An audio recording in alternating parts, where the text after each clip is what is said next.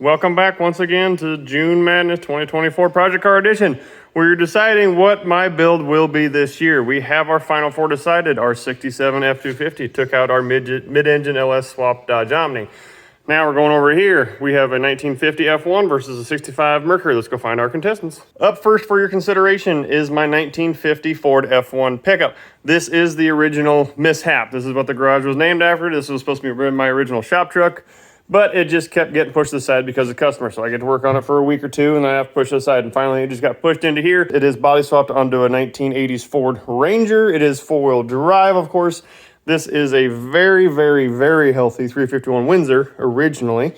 It also has a C6 and transfer case behind it as well. The front bumper is from a 1974 International Scout that I've modified. Everything is just in the mock-up stages right now. It still needs finished. Right now I'm in the middle of wiring everything. It was hand pinstriped back in the, I think 80 or 81, and then I got it out of a crick. So I've modified everything to fit the body. I have not chopped the body at all. The more you look, the more pinstripe is everywhere. You can see up on top of the hood, this thing's covered in dust though. Again, pinstripe, pinstripe. Pinstripe, you'll see the church doors I cut up to make bed rails.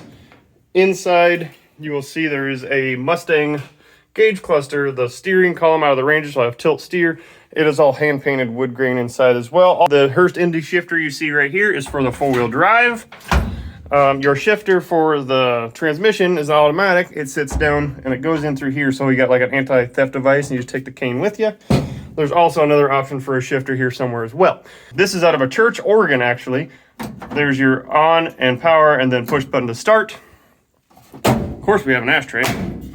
Glove box is empty. Again, even hand painted on the inside. It will have stacks as well. Let's go find number two. Option number two is this 1965 Mercury commuter station wagon that the father-in-law and I had bought, I don't know, back in like 2012 or whatever.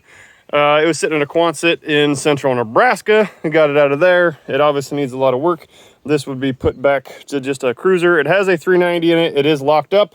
It was locked up when the last people had it as well. It's also been wrecked and never finished. As you see, we got white doors on it.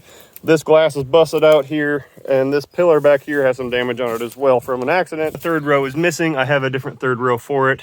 Up front, of course, the seat is not the greatest on either side, but it's okay. Tigger's covering the hole over there. Do have a 390 and a 76 Ford down there that does run, and I'll pull the motor and trans out of that and just swap into here because I know all that's good.